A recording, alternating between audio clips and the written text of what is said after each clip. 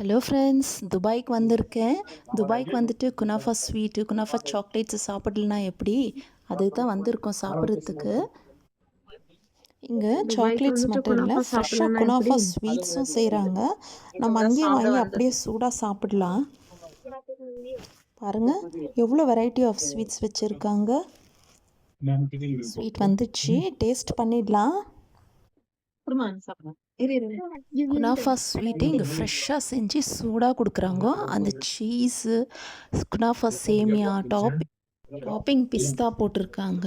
கூடவே நம்மளுக்கு சிரப் கொடுக்குறாங்க, சுகர் சிரப். அதை ஜென்டிலாக அது மேலே போர் பண்ணி சாப்பிடணும்.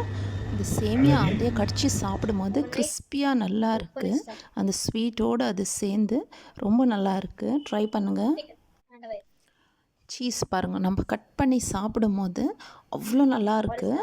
ஏன்னா அது நல்லா சூடாக இருக்கிறதுனால டேஸ்ட்